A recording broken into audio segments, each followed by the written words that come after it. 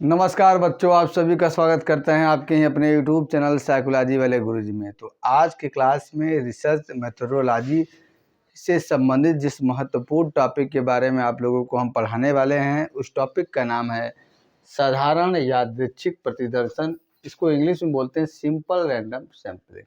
इसके पहले की क्लास में हमने आपको सैम्पलिंग क्या होता है और जनसंख्या और प्रतिदर्शन किसे कहते हैं, इसके बारे में हमने आपको बता दिया था। और आज सैम्पलिंग के जो प्रकार होते हैं, ठीक है, सैम्पलिंग के जो दो मुख्य प्रकार होते हैं, एक संभाव्यता प्रतिदर्शन होता है, एक असंभाव्यता प्रतिदर्शन। तो संभाव्यता प्रतिदर्शन में जो जितने भी प्रकार है और असंभाव्यता प्रतिदर्शन में जितने प्रकार हैं, उन सभी को एक एक करके मैं आपको डिटेल्स में एकदम आसान भाषा में समझाने वाला हूँ। इसलिए जो है वीडियो को लास्ट तक ज़रूर वॉच कीजिएगा। और हाँ, अगर आप चैनल पे पहली बार विजिट कर रहे हैं, चैनल को अभी तक सब्सक्राइब नहीं किया है, तो आप चैनल को प्लीज़ सब्सक्राइब करके बेल नोटिफिकेशन को ऑन कर दीजिएगा, क्योंकि इस चैनल पर आपको साइकोलॉजी से रिलेटेड इसी प्रकार के कंटेंट मैं प्रोवाइड कराता रहता हूँ। तो चलिए बिना किसी तरह के आज की क्लास को शुरू करते हैं और आपको समझाते हैं कि सिंपल रैंडम सैम्पलिंग क्या होता है। देखिए, ये जो साधारण यादृच्छिक प्रतिदर्शन है, ये क्या है, संभाव्यता प्रतिदर्शन का पहला और क्या है, प्रमुख प्रकार है। ठीक है, यह वैसे प्रतिदर्शन को या प्रतिचयन को कहा जाता है जिसमें जीव संख्या यानी जनसंख्या के प्रत्येक सदस्य को परिदर्शन में सम्मिलित किए जाने की संभावना बराबर बराबर होती है तथा स्वतंत्र अवसर प्रदान करता है। एकदम सिंपल भाषा में आपको मैं समझाऊं तो साधारण यादृच्छिक प्रदर्शन वैसे प्रदर्शन को कहा जाता है जिसमें प्रत्येक सदस्य के चुने जाने की संभावना बराबर होती है। और क्या है होता है कि ये वो क्या है, एक दूसरे से स्वतंत्र होते हैं। इसका मतलब ये होता है कि एक सदस्य के चुने जाने पर दूसरे सदस्य का चुना जाना निर्भर नहीं करते हैं, बल्कि क्या है, स्वतंत्र और समान अवसर उपलब्ध किया जाता है। इसे साधारण यादृच्छिक प्रतिदर्शन या सिंपल रैंडम सैम्पलिंग कहा जाता है। फिर से एक बार समझ लीजिए सिंपल भाषा में, साधारण यादृच्छिक प्रतिदर्शन वैसे प्रतिदर्शन को कहा जाता है जिसमें प्रतिदर्श में शामिल होने के लिए प्रत्येक सदस्य की संभावना बराबर बराबर और स्वतंत्र होती है। अब सबसे बेस्ट परिभाषा जो सिंपल रैंडम सैम्पलिंग की है वो है गिलफोर्ड महोदय के। तो ये परिभाषा क्या है, इसको हम समझते हैं। इसमें सिंपल रैंडम सैम्पलिंग क्या होता है, इन्होंने डिटेल्स में स्पष्ट कर दिया है। तो देखिए, गिलफोर्ड महोदय कहते हैं कि यह जीव संख्या से व्यक्तियों को चुनने का एक ढंग है। ठीक है, मतलब कि क्या मतलब, जनसंख्या से व्यक्तियों को परिदर्श के रूप में शामिल करने का एक तरीका कौन है, साधारण यादृच्छिक प्रतिदर्शन, जिसमें क्या होता है, जीव संख्या के प्रत्येक व्यक्ति को चुने जाने की संभावना बराबर बराबर होती है। ठीक है, मतलब कि मान लीजिए किसी भी क्षेत्र में हम रिसर्च कर रहे हैं, तो उसमें हमने पहले जनसंख्या को परिभाषित कर लिया, तो जनसंख्या में जितने भी सदस्य हैं उन सभी प्रत्येक सदस्य की चुने जाने की संभावना बराबर बराबर होती है। किसी एक व्यक्ति का चयन किसी भी तरह से अन्य दूसरे व्यक्ति के चयन से जुड़ा या उस पर निर्भर नहीं होता। आगे ये कहते हैं कि मान लीजिए हमने जो है किसी एक व्यक्ति का चयन कर लिया, तो बाद में जो अगले व्यक्ति का चयन होगा तो वो पहले वाले व्यक्ति से जुड़ा नहीं होगा। ठीक है, वो पूरी तरह से स्वतंत्र होगा, इसलिए इसको पक्षपात रहित भी कहा जाता है। सिंपल रैंडम सैम्पलिंग को क्या है, पक्षपात रहित भी कहा जाता है। आगे जो विशेषताएं बताएंगे इसमें आपको मैं स्पष्ट कर दूंगा।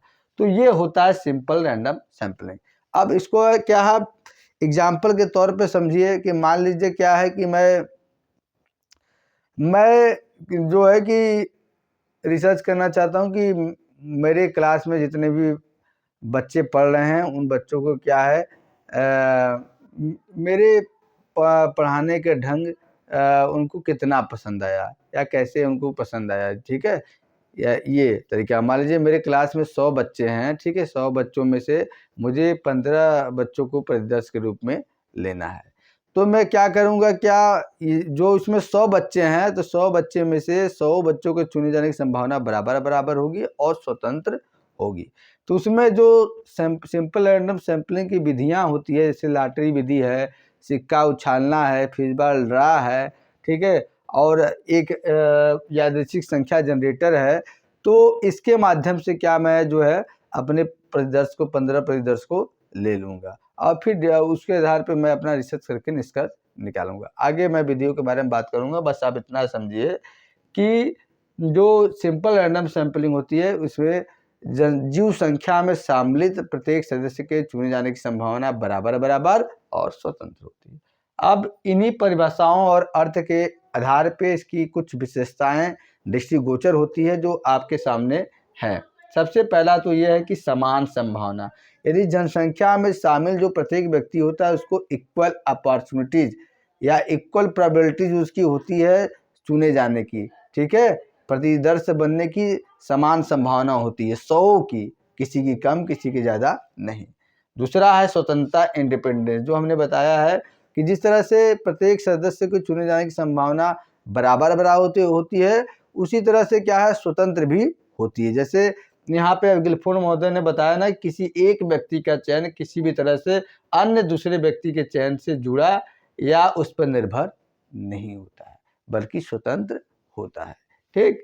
तो और तीसरा जो हमने अभी बात किया था पक्षपात रहित, जिसको हम अनबायस्ड कहते हैं, यानी कि इसमें क्या होता है कि इसमें जो है समान संभावना मिलती है और एक व्यक्ति का चयन दूसरे व्यक्ति पर निर्भर नहीं पड़ता है, जिससे ये स्वतंत्र भी होता है और इसी के कारण क्या है ये पक्षपात रहित भी हो जाता है। आगे जब आपको मैं विधियाँ बताऊंगा तो उससे भी आप ये समझ जाएंगे कि ये कैसे पक्षपात रहित होता है।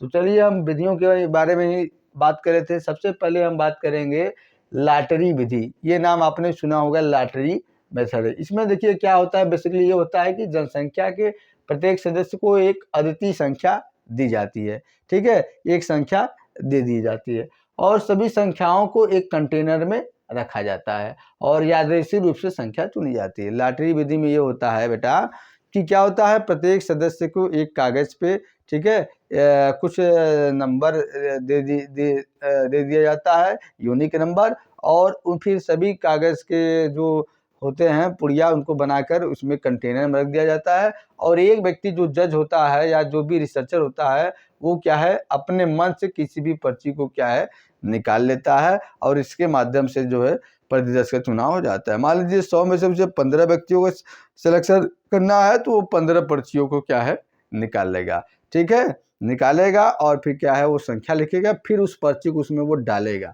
तभी ना सब व्यक्तियों की क्या है समान संभावना होगी।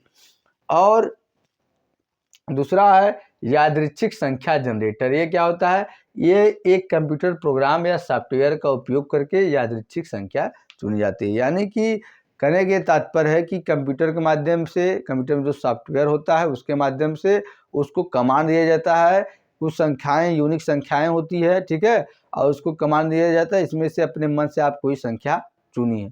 तो कंप्यूटर जो जिस संख्या को चुनता है उसको हम सैंपल के रूप में अपने शामिल कर लेते हैं। और इसमें जो विधियां हैं वो क्या है, एक होता है तीसरा जो इसमें विधि है वो है फिशबॉल ड्रा। क्या है, फिशबॉल ड्रा। ये फिशबॉल ड्रा थोड़ा थोड़ा लॉटरी मेथड की तरह है लेकिन उससे थोड़ा डिफरेंस है। क्या होता है बेटा इसमें, देखिए फिशबॉल ड्रा में क्या होता है कि जो भी जीव संख्या होती है, जैसे मान लीजिए हमें 100 हमारी जनसंख्या है, पॉपुलेशन का हमने पहचानने के लिए 100, अब हम क्या है 100 व्यक्तियों का एक कागज के छोटे टुकड़े में क्या है हम नाम लिख लेंगे, नाम लिख के उसको अच्छे से फोल्ड कर देंगे, फोल्ड करके क्या है उसको हम एक कंटेनर में रख देंगे। यहाँ तक तो आप समझ रहे हैं कि लॉटरी मेथड, लेकिन यही भी इससे आगे थोड़ा बहुत डिफरेंस होता है। कंटेनर में रखने के बाद उसको हम अच्छे से हिलाएंगे डुलाएंगे, फिर एक किसी व्यक्ति को, रैंडम व्यक्ति को बुलाएंगे, बुलाने के बाद उसके आँखों पे क्या है ब्लैक फोल्ड जो हम कहते हैं काली पट्टी बांध देंगे और काली पट्टी बांधने के बाद उससे कहेंगे कि आप जो है निकालिए एक एक करके, ठीक है।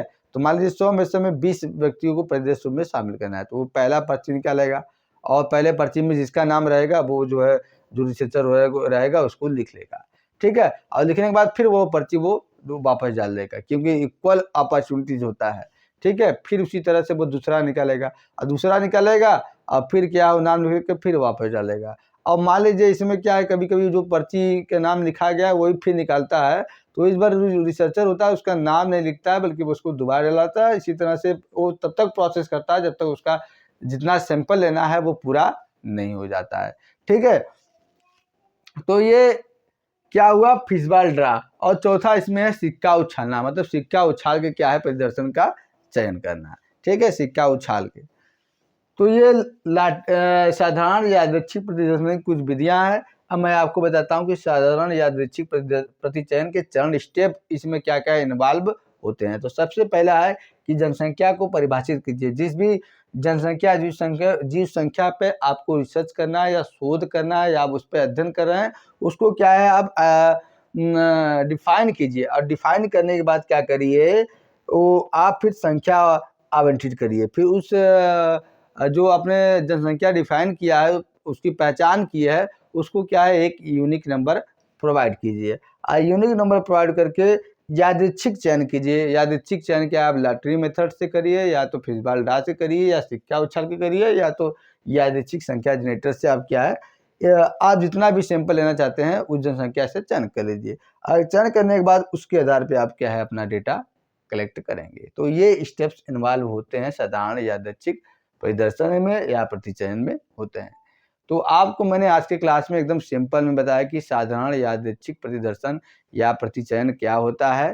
ठीक है, इसमें इसकी मुख्य विशेषताएं क्या होती है, इसकी विधियां क्या होती है, इसके चरण क्या होता है। आशा करते हैं आपको आज का क्लास पसंद आएगा। क्लास पसंद आए तो वीडियो को लाइक कर दीजिए, चैनल पर नए हो चैनल को सब्सक्राइब जरूर कर दीजिएगा। चलिए मिलते हैं नेक्स्ट क्लास में किसी अन्य टॉपिक के साथ। तब तक के लिए आप सभी बच्चों का बहुत बहुत धन्यवाद। जय हिंद, जय भारत।